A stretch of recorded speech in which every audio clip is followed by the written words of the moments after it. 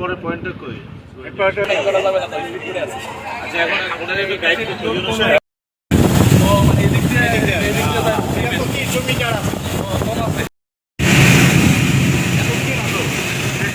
ধন্যবাদ জানাচ্ছি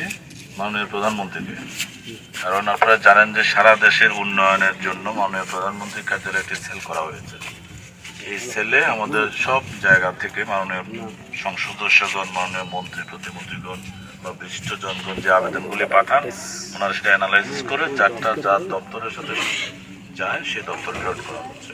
আর এর ধারাবাহিকতায় আজকে আমি আমাদের অতিরিক্ত সচিব এবং ডিরেক্টর প্রশাসন বাংলাদেশ সেতু কর্তৃপক্ষ জনাব আলতাফ হোসেন শেখ,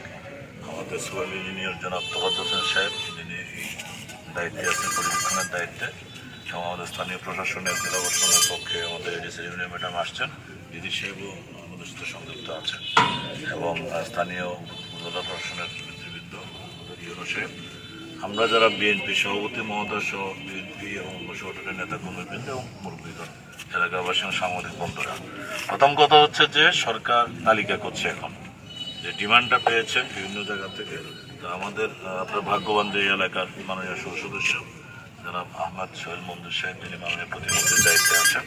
আমাদের গণপূর্ত বিমান মন্ত্রণালয়ে, তো ওনার যে উনি ডিও লেটার দিয়েছেন 3টি ব্রিজ করার জন্য, এগুলা যে কথা আমাদের সভাপতি সাহেব বললেন, আমি সেটার পারে 3টা বিষয়ে একটা অলরেডি সুন্দর যেটা চোরখালি, এটা আমাদের প্রসেসে আছে। তো সেতু বিভাগ করে 1.5 কিলোমিটার এবং তার চেয়ে বড় যেগুলি,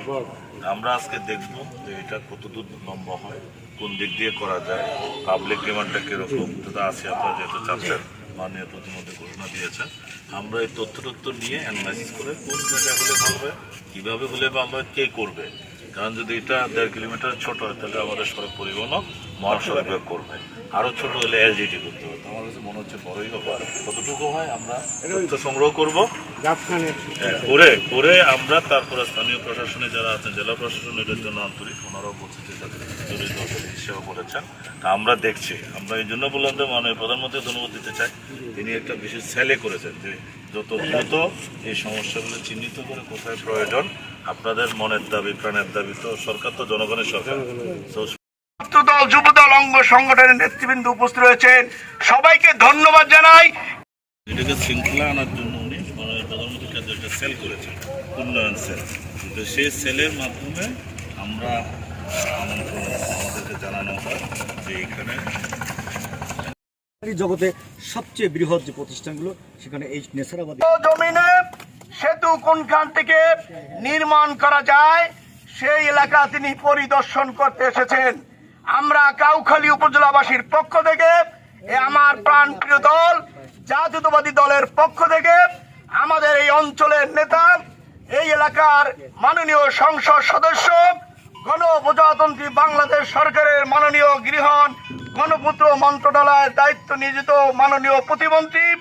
আলহাজ আহমেদ সোহেল মঞ্জুর সুমন ভাইয়ের পক্ষ থেকে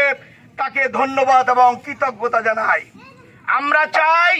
এই এলাকার অনতি বিলম্বে যাতে এই ব্রিজটি নির্মাণ করতে যাবতীয় যে সমস্ত পদক্ষেপ গ্রহণ করা উচিত সেই ব্যাপারে আপনি ইনশাল্লাহ পদক্ষেপ গ্রহণ করবেন এবং এই এলাকার মানুষ আপনার সকল কাজে সহযোগিতা করবে ইনশাল্লাহ।